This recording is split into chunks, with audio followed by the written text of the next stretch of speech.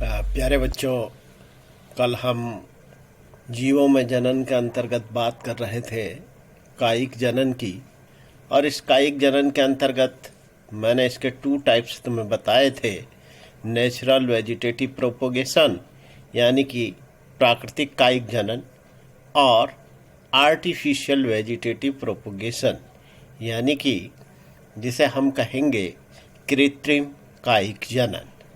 कल हम लोगों ने चर्चा कर ली थी नेचुरल वेजिटेटिव प्रोपोगेशन पर, और आज हम चर्चा करेंगे आर्टिफिशियल वेजिटेटिव प्रोपोगेशन पर यानी कि कृत्रिम कायिक जनन पर।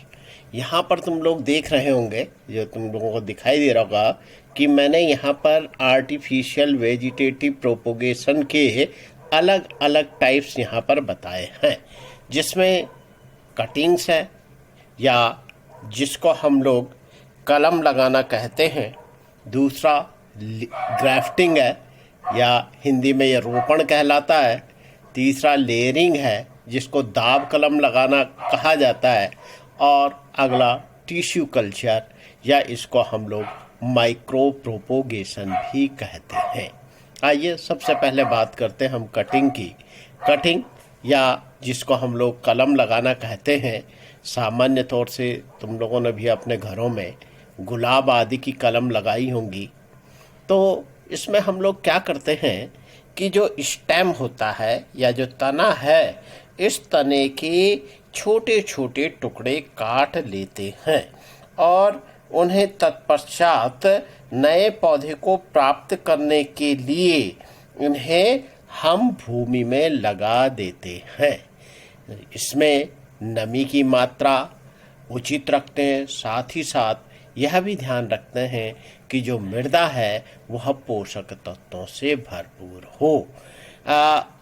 कुछ दिनों बाद हम देखते हैं कि जो ये हमारे द्वारा लगाई हुई यह एक कटिंग होती है या जो हमने कलम लगाई है, उससे जड़ें निकल आती हैं।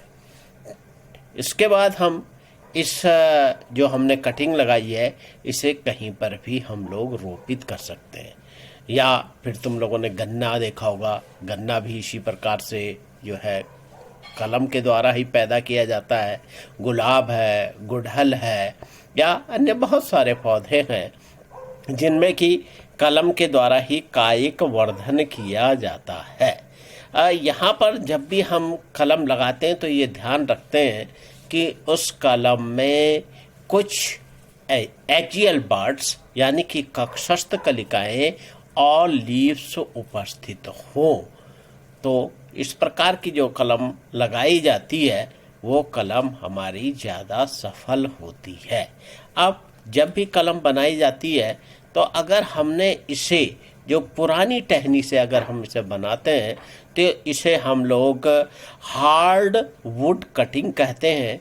और अगर हमारे पास इस प्रकार के जो टहनी है जिसकी अवस्था भी साल भर भी न हुई हो और यह हरी हो, तो इसे सॉफ्ट वुड कटिंग कहते हैं। अब ये जो कटिंग है, इस कटिंग के बाद हम लोग दूसरा जो हमारे पास है जिसे कि हम लेयरिंग कहते हैं। चलो पहले ग्राफ्टिंग था, लेकिन मैं लेयरिंग के बारे में ही तुम लोगों को बता देता हूँ। जो बच्चे या इस क्षेत्र में रहते हैं, जो कृषि कार्य करते हैं, उन्होंने देखा होगा कि जो हमारे पास देसी टमाटर के पौधे होते हैं, कई बार क्या किया जाता है कि उनका जो तना है उस तने को हम मृदा में दबा देते हैं और दबाए गए स्थान पर कुछ दिनों के बाद जड़ें निकल आती हैं। अब इसे मूल जो पौधा है उससे अलग कर लेंगे तो एक नया पौधा जन्म ले लेता है। तो इस प्रकार से जो हम लोगों ने इस तने को दबाया है तो इसे हम दाब कलम के अंतर्गत रखते हैं। अब ये जो दाब कलम है ये भी अलग अलग प्रकार से लगाई जा सकती है। जैसे इसमें हम लोगों के पास माउंट लेयरिंग होती है, जिसमें तने की निचली शाखाओं को थोड़ा झुका लेते हैं और उसके कुछ भाग के बीच में जो है उसे मिट्टी में दबा लेंगे, और मिट्टी में दबाने के बाद जो है इस प्रकार से ब्रांच लेयरिंग हो जाती है, या माउंट लेयरिंग भी इसको हम कहते हैं। दूसरा प्रकार जो है, हम जो शीर्ष भाग है उस दूसरे शीर्ष को मृदा में दबा लेंगे, तो इसे हम शीर्ष दाब कलम कहते हैं। या अगर उस तने को हम कई जगह पर भूमि में मृदा के अंदर दबा लेंगे तो वहाँ पर नई जड़ें निकल आएंगी। तो ये इस प्रकार से हम लोगों के पास सर्पिल दाब कलम हो जाती है। तो ये इस प्रकार से जो लेयरिंग है या दाब कलम है, इस प्रकार से इससे नए पौधे जो हैं वो जन्म ले सकते हैं। अगला जो हमारे पास है, जो अभी छूट गया था, दूसरे नंबर पे जो मेरा लिखा हुआ है वह है ग्राफ्टिंग। ये ग्राफ्टिंग जो है, इसमें हम दो अलग अलग पौधों के भागों को जोड़ देते हैं, और एक पौधा है जिसमें कि जो जड़ वाला भाग हो तो उसे हम स्टॉक कहते हैं, और इस मूल पौधे पर हम जो दूसरे पौधे के तने के टुकड़े को लगाते हैं तो इसको हम लोग श्यान कहते हैं। ये इस प्रकार से जुड़ जाता है। और जो इसमें क्या होता है कि हमारे पास एक पौधा जो है वो इन्फीरियर क्वालिटी का होता है और दूसरा पौधा हमारे पास सुपीरियर क्वालिटी का होता है। तो सुपीरियर क्वालिटी का इस प्रकार से लगाया गया जो टहनी है, मैं यहाँ पर या स्टेम जो तुमने लिया है उसका पोर्शन जो तुमने लगाया है, तो इस पे सुपीरियर किस्म के फल जो होते हैं वो फल आ जाते हैं। तो ये प्रक्रिया जो है, जैसे आम है, नींबू है, सेब है, इसमें की जाती है। तुमने सुना होगा कि पहाड़ों में एक पौधा होता है जिसको मेलू कहा जाता है। इस मेलू पे वैज्ञानिकों के द्वारा, जो कृषि वैज्ञानिक थे, उन्होंने जो नाशपाती है उस नाशपाती के तने को रोपित कर दिया था, उसकी ग्राफ्टिंग कर दी। तो जो मेलू के फल की जगह वहाँ पर उस टहनी पर नाशपाती के फल लगे। तो यानी कहने का मतलब ये है कि हम लोगों को इससे अच्छी क्वालिटी के फल जो हैं वो प्राप्त हो जाते हैं।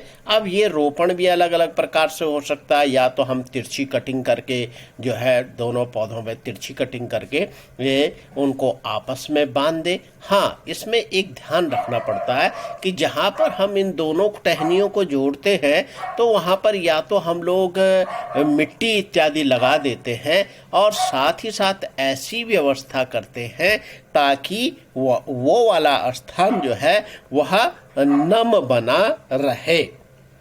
तो इस प्रकार से यह जो होता है वह ग्राफ्टिंग हो जाती है। अगला जो है वो हमारे पास है टिश्यू कल्चर। नाम से ही जैसा स्पष्ट हो रहा है, इसे उत्तक संवर्धन भी कहते हैं, या इसे माइक्रो प्रोपोगेशन या सूक्ष्म प्रवर्धन भी कहते हैं।